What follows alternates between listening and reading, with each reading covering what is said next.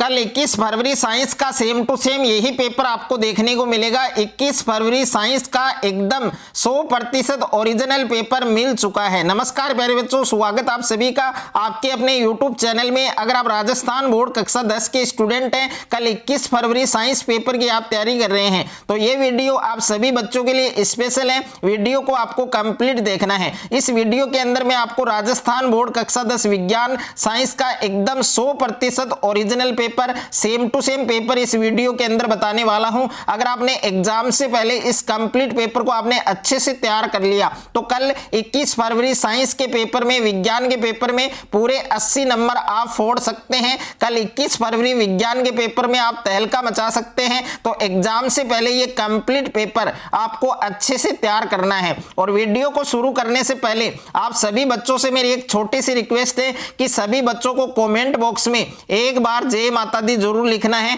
और माता रानी के आशीर्वाद से कल विज्ञान का जो पेपर है, कल जो साइंस का जो पेपर है वो आपका अच्छा जाएगा। और सभी बच्चों के कल 21 फरवरी विज्ञान के पेपर में पूरे 80 में से 80 नंबर आएंगे। तो सभी बच्चों को एक बार कमेंट बॉक्स में जय माता दी जरूर लिखना है। और पूरा पेपर इस वीडियो के अंदर आपको विद सॉल्यूशन मिलने वाला है, तो वीडियो को आपको कहीं पर भी स्किप नहीं करना है। माध्यमिक परीक्षा 2026 का ये पेपर है, विज्ञान साइंस का पेपर है, जो आपके 21 फरवरी को होने वाला है।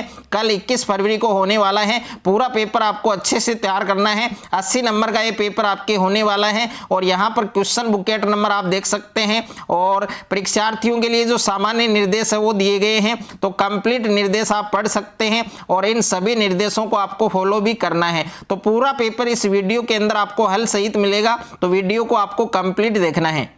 पेपर में सबसे पहले आपको खंड ए दिया गया है, सेक्शन ए दिया गया है, जिसमें आपके बहुविकल्पी प्रश्न है, मल्टीपल चॉइस क्वेश्चन दे रखे हैं। आपको निम्न प्रश्नों के उत्तर का सही विकल्प चयन कर उत्तर है वो आपको उत्तर पुस्तिका में लिखना है। अगर आपने ये पूरा पेपर एग्जाम से पहले अच्छे से आपने तैयार कर लिया तो कल 21 फरवरी विज्ञान के पेपर में आप पूरे 80 नंबर हैं वो आराम से फोड़ सकते हैं। तो इसमें पहला प्रश्न दे रखा है कि Fe2 + 2Al Al2O3 + 2Fe, तो ऊपर दी गई अभिक्रिया है वो किस प्रकार की है। तो ए ऑप्शन में दे रखा है संयोजन अभिक्रिया, बी ऑप्शन है आपके अपघटन अभिक्रिया, सी ऑप्शन है आपके वियोजन अभिक्रिया और द ऑप्शन है आपके विस्थापन अभिक्रिया। तो इस क्वेश्चन का करेक्ट आंसर आपके ऑप्शन नंबर द होगा, विस्थापन अभिक्रिया। और इंग्लिश मीडियम वाले जो स्टूडेंट हैं उनको यहाँ पर डी ऑप्शन करेक्ट करना है, डिस्प्लेसमेंट रिएक्शन। उसके बाद में देखिए नेक्स्ट है आपके दूसरा प्रश्न आपको दे रखा है कि मैग्नीशियम का वायु में जलना है। तो मैग्नीशियम का वायु में जलना क्या है। ए ऑप्शन में दे रखा है अपचयन और बी ऑप्शन में है आपकी वाष्पन और सी ऑप्शन में है ऑक्सीकरण और द ऑप्शन में दे रखा है आपके उद्रवपातन। तो इस प्रश्न का सही उत्तर आपके ऑक्सीकरण होगा, यानी सी वाला जो ऑप्शन है वो आपका करेक्ट होगा। और इंग्लिश मीडियम वाले जो बच्चे हैं उनको यहाँ पर सी ऑप्शन करेक्ट करना है, ऑक्सीडेशन। उसके बाद में नेक्स्ट है आपके क्वेश्चन नंबर 3 आपको दे रखा है कि बेकिंग सोडा को गर्म करने पर बना यौगिक है। तो बेकिंग सोडा है उसको गर्म करने पर बना यौगिक कौन सा है। तो इसमें बी ऑप्शन आपका करेक्ट होगा, Na2CO3। और यहां पर बी ऑप्शन आपको करेक्ट करना है। और उसके बाद में नेक्स्ट है आपके क्वेश्चन नंबर 4 है कि पीतल एक मिश्र धातु है। तो पीतल मिश्र धातु है, उसके प्रमुख अवयव कौन कौन से हैं। तो यहां पर तांबा और जिंक, यानी सी वाला जो ऑप्शन है वो आपका सही उत्तर होगा। और इंग्लिश मीडियम वाले स्टूडेंट हैं उनको सी ऑप्शन करेक्ट करना है, कॉपर प्लस जिंक। उसके बाद में देखिए नेक्स्ट है क्वेश्चन नंबर 5 आपको दे रखा है कि CH3 CH2 COOH, इसका IPAC नाम आपको बताना है। तो इसमें 4 विकल्प आपको दिए गए हैं। इसका सही उत्तर आप सभी बच्चों को कमेंट बॉक्स में बताना है। और जो स्टूडेंट इसका करेक्ट आंसर देगा उसका कमेंट है वो पिन किया जाएगा। उसके बाद में क्वेश्चन नंबर 6 है आपके कि मनुष्य में आमाशय एक तंत्र का भाग है जो संबंधित है। तो मनुष्य में आमाशय है वो एक तंत्र का भाग है जो किससे संबंधित है। तो इसमें 4 आपको ऑप्शन दे रखे हैं। ए ऑप्शन में दे रखा है श्वसन और बी ऑप्शन में दे रखा है आपके उत्सर्जन और सी ऑप्शन में दे रखा है पोषण और द ऑप्शन में दे रखा है परिवहन। तो इस प्रश्न का सही उत्तर आपके ऑप्शन नंबर स होगा। प्रश्न संख्या 7 है आपके निम्नलिखित में से कौन सा पादप हार्मोन है? तो इनमें से कौन सा पादप हार्मोन है? तो ए वाला जो ऑप्शन दे रखा है आपके जिब्रेलिन, वो आपका करेक्ट आंसर होगा। और इंग्लिश मीडियम वाले जो बच्चे हैं उनको ए ऑप्शन यहाँ पर करेक्ट करना है। और उसके बाद में देखिए प्रश्न संख्या 7 आपको दे रखा है एकलिंगी पुष्प का उदाहरण है। तो एकलिंगी पुष्प का उदाहरण कौन सा है? पपीता। तो इसमें बे वाला जो ऑप्शन है वो आपका करेक्ट हो जाएगा। और इंग्लिश मीडियम वाले जो बच्चे हैं उनको यहाँ पर बी ऑप्शन सही करना है। उसके बाद में देखिए नेक्स्ट है आपके प्रश्न संख्या 9 आपको दे रखा है कि गुणसूत्र की आनुवंशिक सूचना को एक कोशिका पीढ़ी से दूसरी पीढ़ी में ले जाने का कार्य प्रतिपादित करता है। तो कौन करता है? यहाँ पर प्रश्न संख्या 9 का सही उत्तर आपके बे ऑप्शन होगा, डीएनए के द्वारा। और यहाँ पर बी ऑप्शन है, इंग्लिश मीडियम वाले बच्चों को सही करना है। उसके बाद में देखिए प्रश्न संख्या 10 आपको दे रखा है कि उत्तल लेंस के लिए वह बिंदु जिस पर आपतित किरण बिना मोड़े सीधी निकल जाती है उस बिंदु को हम क्या कहते हैं? तो उस बिंदु को क्या कहते हैं? प्रकाश केंद्र कहते हैं। तो इसमें स ऑप्शन करेक्ट होगा। और इंग्लिश मीडियम वाले जो बच्चे हैं उनको सी ऑप्शन सही करना है, ऑप्टिकल सेंटर। उसके बाद में देखिए 11वां क्वेश्चन है आपके स्वस्थ नेत्र के किस भाग पर वस्तु का प्रतिबिंब बनता है? तो स्वस्थ नेत्र है उसके कौन से भाग पर वस्तु का प्रतिबिंब बनता है? तो प्रश्न संख्या 11 के अंदर आपका ए ऑप्शन है वो सही हो जाएगा, दृष्टि पटल पर। और इंग्लिश मीडियम वाले जो बच्चे हैं उनको ए ऑप्शन करना है, ऑन द रेटिना। उसके बाद में देखिए नेक्स्ट है प्रश्न संख्या 12 दे रखा है विद्युत शक्ति का एसआई मात्रक है। तो विद्युत शक्ति का एसआई मात्रक क्या होगा? आपके वाट होगा। बे ऑप्शन है वो आपका करेक्ट हो जाएगा। और प्रश्न संख्या 13 आपको दे रखा है कि विद्युत परिपथ में धारा का मापन करने वाला उपकरण है। तो धारा का मापन करने वाले उपकरण का नाम क्या है? एमीटर। तो इसमें स ऑप्शन है वो आपका करेक्ट हो जाएगा। और उसके बाद में अगला क्वेश्चन दे रखा है प्रश्न संख्या 14 है कि चुंबक द्वारा धारावाही चालक पर लगाए गए बल की जो दिशा है वो ज्ञात की जाती है। तो कौन से नियम से ज्ञात की जाती है? यहाँ पर ए ऑप्शन में दे रखा है आपको फ्लेमिंग के वाम हस्त नियम से। तो इसमें ए ऑप्शन है वो आपका सही उत्तर होगा। और उसके बाद में नेक्स्ट है आपके प्रश्न संख्या 15 आपको दे रखा है कि लघु पथन के समय परिपथ में विद्युत धारा का मान क्या होता है? तो प्रश्न संख्या 15 का सही उत्तर आपके स ऑप्शन हो जाएगा, बहुत अधिक बढ़ जाता है। उसके बाद में अगला प्रश्न दे रखा है आपके प्रश्न संख्या 16 है कि ओजोन मंडल के अक्षय के ज्ञात कारणों से सर्वाधिक उत्तरदायी है। तो इसमें प्यारे बच्चों प्रश्न संख्या 16 के अंदर आपका ए वाला जो ऑप्शन है वो करेक्ट हो जाएगा, क्लोरोफ्लोरोकार्बन। उसके बाद में नेक्स्ट है क्वेश्चन नंबर 17 दे रखा है आपको कि बायोगैस का मुख्य घटक होता है। तो बायोगैस है उसका मुख्य घटक कौन होता है? मेथेन होता है। तो इसमें स ऑप्शन आपका सही हो जाएगा। और प्रश्न संख्या 18 है कि कोशिका विभाजन को कौन सा हार्मोन प्रेरित करता है? तो कोशिका विभाजन है उसको कौन सा हार्मोन प्रेरित करता है? साइटोकाइनिन। तो इसमें द ऑप्शन आपका सही हो जाएगा। और उसके बाद में दूसरा प्रश्न दे रखा है आपको रिक्त स्थानों की पूर्ति कीजिए। इसमें पहला प्रश्न है जिप्सम का सूत्र आपको बताना है। तो जिप्सम का सूत्र होता है CaSO4, उसके बाद में डॉट और 2H2O। ये आपको इस रिक्त स्थान में लिखना है। ओके, तो साथ साथ में आप अपनी नोटबुक में लिख सकते हैं या फिर स्क्रीनशॉट ले सकते हैं। दूसरा है परमाणु के किसी कोष में इलेक्ट्रॉन की अधिकतम संख्या ज्ञात करने का सूत्र क्या है? 2n²। तो इसमें आपको 2n² लिखना है। और तीसरा प्रश्न है कि नर में हार्मोन का स्त्रवण होता है। तो नर में कौन सा हार्मोन का स्त्रवण होता है? टेस्टोस्टेरोन। तो इसमें प्यारे बच्चों टेस्टोस्टेरोन आपको लिखना है। इसमें आपको क्या लिखना है?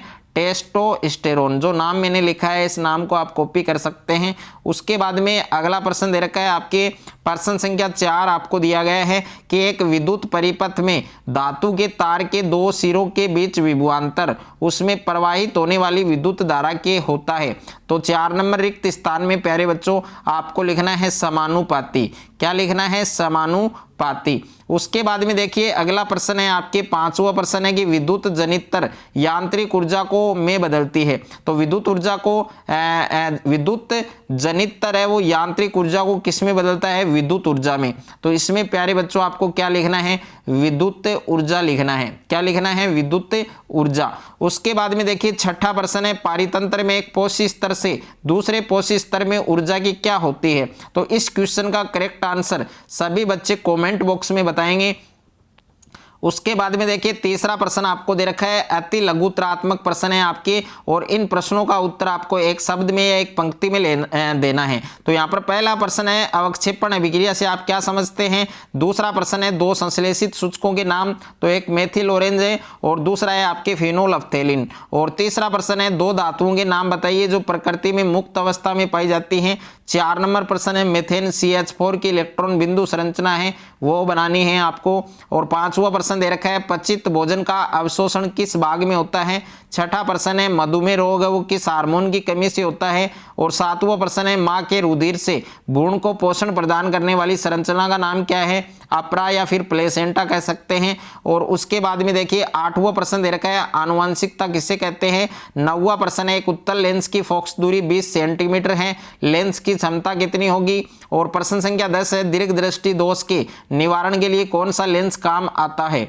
और उसके बाद में प्रश्न संख्या 11 है 20 ओम प्रतिरोध की कोई विद्युत स्त्री 5 एम्पियर विद्युत धारा लेती है, 30 सेकंड में उत्पन्न ऊष्मा है वो आपको परिकलित करनी है। और प्रश्न संख्या 12 दे रखा है कि किसी परिपथ में धारा प्रवाह है या नहीं तथा किस दिशा में है जानने के लिए हम किस विद्युत उपकरण का उपयोग करते हैं। उसके बाद में प्यारे बच्चों खंड ब सेक्शन बी आपको दिया गया है जिसमें आपके लघुतरात्मक प्रश्न है, शॉर्ट आंसर टाइप क्वेश्चन है। प्रश्न संख्या 4 है कि किसी पदार्थ अक्ष के विलयन का उपयोग सफेदी करने के लिए होता है, पदार्थ अक्ष का नाम बताना है, इसका सूत्र लिखना है। और ऊपर 1 में लिखे गए पदार्थ अक्ष की आपको जल के साथ अभिक्रिया करनी है। उसके बाद में प्यारे बच्चों प्रश्न संख्या 5 आपको दे रखा है कि धावन सोडा का रासायनिक सूत्र और 2 उपयोग लिखिए। 6ठा प्रश्न है लवण के विलयन की चालकता की जांच का नामांकित चित्र आपको बनाना है। और 7वां प्रश्न है कि भोजन के पाचन में लार की क्या भूमिका है। 8वां प्रश्न है किन्हीं 3 पादप हार्मोनों का नाम लिखिए और प्रत्येक का एक एक कार्य बताइए। और प्रश्न संख्या 9 है कायिक प्रवर्धन किसे कहते हैं? कायिक प्रवर्धन का एक लाभ है वो आपको लिखना है। और प्रश्न संख्या 10 दे रखा है कि मानव में लिंग निर्धारण है उसका आरेख चित्र बनाइए। 11वां क्वेश्चन है प्रकाश के अपवर्तन के दोनों नियम लिखिए। 12वां प्रश्न है कांच के त्रिभुज प्रिज्म से प्रकाश का अपवर्तन का जो चित्र है जो आरेख है वो आपको खींचना है। प्रश्न संख्या 13 है परिनालिका क्या है? परिनालिका से विद्युत चुंबक कैसे प्राप्त होता है? उसके बाद में डियर स्टूडेंट खंड 6 सेक्शन सी आपको दे रखा है जिसमें दीर्घ उत्तरीय प्रश्न आपको दिए गए हैं। प्रश्न संख्या 14 आपको दे रखा है यहाँ पर, इसमें 3 क्वेश्चन आपको दिए गए हैं कि अत्यधिक मात्रा में CO2 प्रवाहित करने पर चूने का पानी है वो पुनः रंगीन क्यों हो जाता है। दूसरा है अधात्विक ऑक्साइड है वो किस तरह क्षारों के साथ अभिक्रिया करते हैं। तीसरा है 2 चुंबकीय क्षेत्र रेखाएं एक दूसरे को प्रतिच्छेद नहीं करती क्यों, इसका कारण बताना है। अथवा में प्रश्न है कि विरंजक चूर्ण का रासायनिक सूत्र और एक उपयोग लिखिए। बेकिंग सोडा का रासायनिक सूत्र और एक उपयोग लिखिए। अम्ल और क्षार में 2-2 अंतर लिखिए। प्रश्न संख्या 15 है गर्भ निरोधक युक्तियां अपनाने के क्या क्या कारण हो सकते हैं। दूसरा है क्या होता है जब अंड का निषेचन नहीं होता। और इसके अथवा में प्रश्न दे रखा है कि नर तथा मादा लिंग हार्मोनों के नाम लिखिए और नर मानव की अंतःस्रावी ग्रंथियों का नामांकित चित्र बनाइए। प्रश्न संख्या 16 है कि जैव निम्नीकरणीय पदार्थ और अजैव निम्नीकरणीय पदार्थों में अंतर स्पष्ट कीजिए। दूसरा है कचरा निपटान की समस्या कम करने के 2 तरीके हैं वो आपको बताने हैं। अथवा में प्रश्न है आर श्रृंखला से आपका क्या अभिप्राय है। घास के मैदान में आर श्रृंखला को उदाहरण सहित समझाइए। तीसरा प्रश्न है एक पारितंत्र में ऊर्जा प्रवाह को आरेख के द्वारा आपको स्पष्ट करना है। और उसके बाद में प्रश्न संख्या 17 दे रखा है ओम के नियम का कथन लिखिए और इस नियम के सत्यापन के प्रयोग को प्रयोग के द्वारा समझाना है। अथवा में प्रश्न है किसी चालक का प्रतिरोध किन किन कारकों पर निर्भर करता है और दिए गए परिपथ में बिंदु A-B के मध्य तुल्य प्रतिरोध आपको ज्ञात करना है। उसके बाद में देखिए प्यारे बच्चों खंड 10 सेक्शन डी आपको दे रखा है जिसमें आपके निबंधात्मक प्रश्न है। प्रश्न संख्या 18 है बेंजीन का अणुसूत्र लिखिए और बेंजीन का जो संरचना सूत्र है वो आपको बनाना है। इसमें उपस्थित त्रिबंधों की संख्या लिखिए। और तीसरा है निम्नलिखित में से एथेन कौन सी है, इसमें उपस्थित